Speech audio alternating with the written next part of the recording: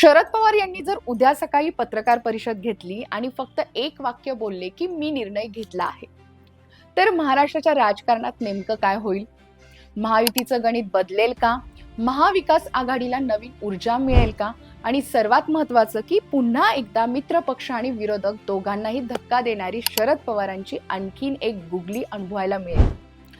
कारण महाराष्ट्राच्या राजकारणात एक गोष्ट ही वारंवार सिद्ध झालेली आहे, ती म्हणजे शरद पवार यांचा अंतिम निर्णय हा कधीच त्यांच्या पहिल्या भूमिकेत दिसत नाही. आणि म्हणूनच आज त्यांच्या भोवती सुरू असलेल्या चर्चेकडे केवळ अफवा म्हणून पाहणं हे योग्य ठरणारं नाहीये, तर महाराष्ट्राच्या पुढच्या राजकीय समीकरणाचा पाया म्हणून देखील पाहिलं जात आहे. याच अनुषंगाने आज आपण चर्चा करणार आहोत. नमस्कार, मी सायली नलवडे काविटकर आणि आपण पाहताय विश्लेषण वाईट. शरद पवार हे महाराष्ट्राच्या राजकारणातील असे नेते आहेत ज्यांनी गेली 5 दशकं ही केवळ निवडणुका लढवल्या नाहीयेत, तर राजकीय समीकरणं देखील बदललेली आहेत. 1999 मध्ये काँग्रेसपासून फारकत घेऊन राष्ट्रवादी काँग्रेसची स्थापना केली.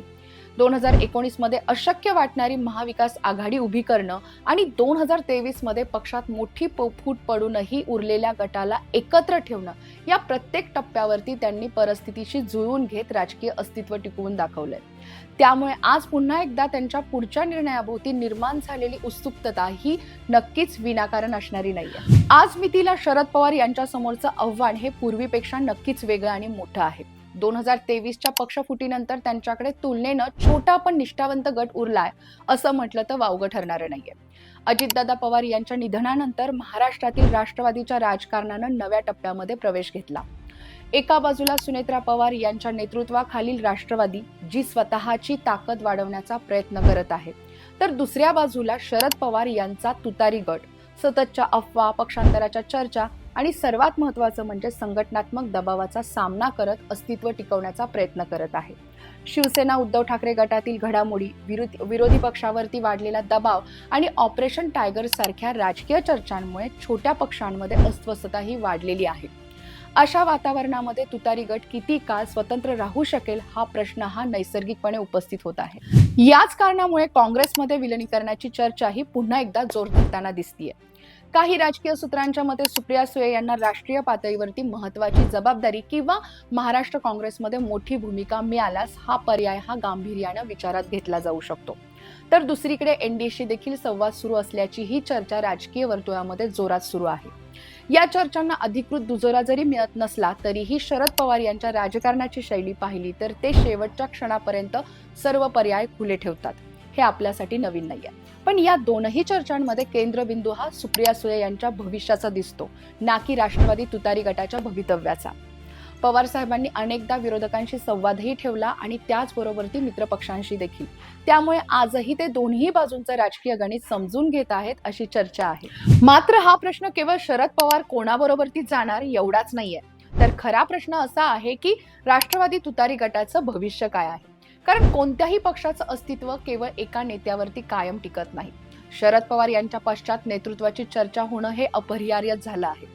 सुप्रिया सुळे यांच्याकडे अनुभव, स्वीकार्यता आणि राष्ट्रीय प्रतिमा आहे, पण शरद पवार यांच्यासारखी संघटनात्मक पकड आणि सर्व स्तरावरील संवाद क्षमता निर्माण होण्यासाठी वेळ लागणार हेही वास्तव आहे.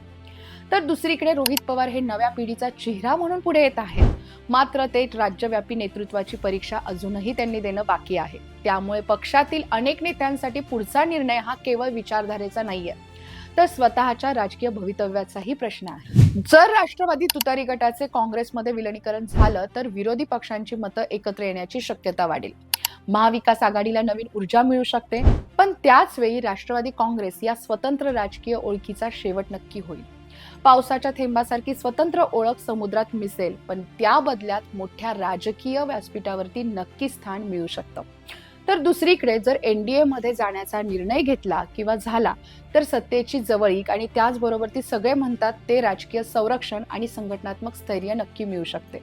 मात्र अनेक दशकं भाजप विरोधी राजकारण केलेल्या शरद पवारांसाठी तो निर्णय हा त्यांच्या विचारसरणीवरती, कार्यपद्धतीवरती आणि सर्वात महत्त्वाचं म्हणजे राजकीय वारशावरती प्रश्न निर्माण करणारा नक्कीच ठरू शकतो.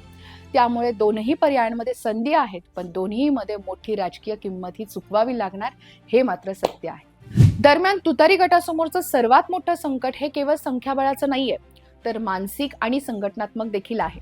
सततच्या पक्षांतराच्या अफवा, विरोधी पक्षांवरील दबाव आणि आता येणाऱ्या 2029च्या निवडणुकांचं गणित पाहता कार्यकर्त्यांमध्ये अस्वस्थता वाढणं हे अगदी स्वाभाविक आहे. शरद पवार आणि सुप्रिया सुळे हे वारंवार एकही खासदार किंवा आमदार पक्ष सोडणार नाहीये अशा बाईट देत आहेत, मीडियाला सांगत असले तरीही राजकारणात वातावरण ही तितकंच महत्त्वाचं असतं आणि सध्या राजकीय वातावरण हे बदलाच्या चर्चांनी व्यापलेलं आहे आणि ऑपरेशन या शब्दाने तापलेलं आहे. पण या संपूर्ण चर्चेत एक गोष्ट विसरून चालणार नाहीये, ती म्हणजे शरद पवार यांचा संपूर्ण राजकीय प्रवास हा अंतिम क्षणापर्यंत आपली पानं न उघडण्याचा राहिला आहे.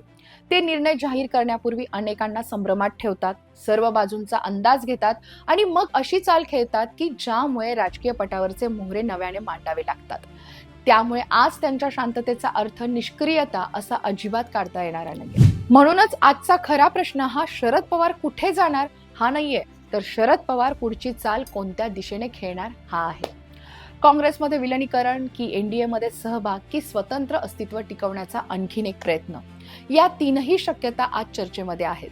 अंतिम निर्णय काहीही असो, त्याचा परिणाम हा केवळ तुतारी गटावरती होणार नाहीये, तो महायुती, महाविकास आघाडी आणि 2029च्या महाराष्ट्राच्या राजकीय लढाईवरती होणार हे मात्र नक्की. आणि म्हणूनच महाराष्ट्रात आज पुन्हा एकदा सर्वांच्या नजरा एका व्यक्तीकडे खिळल्या आहेत. कारण महाराष्ट्राच्या राजकारणाचा इतिहास असं सांगतो की शरद पवार जेव्हा शांत असतात तेव्हा राजकारण सर्वाधिक अस्वस्थ असतं आणि जर त्यांनी पुन्हा एकदा गुगली टाकली तर बदलणारं केवळ फक्त त्यांचा पक्ष नसणारे, बदलू शकतं संपूर्ण महाराष्ट्राचं राजकीय गणित. तुम्हाला काय वाटतं? शरद पवार पुन्हा एकदा राजकीय गुगली टाकतील का? राष्ट्रवादी तुतारी काँग्रेसमध्ये विलीन होईल की एनडीए मध्ये जाईल की स्वतंत्रपणानेच लढत राहील? तुमचं मत कमेंटमध्ये नक्की लिहा. व्हिडिओ आवडला असेल तर लाईक करा, शेअर करा आणि सर्वात महत्त्वाचं म्हणजे महाराष्ट्राच्या राजकारणाचं सखोल विश्लेषण पाहण्यासाठी म्हणून विश्लेषण वाइब्स या आपल्या YouTube चॅनलला नक्की सबस्क्राईब करा. धन्यवाद.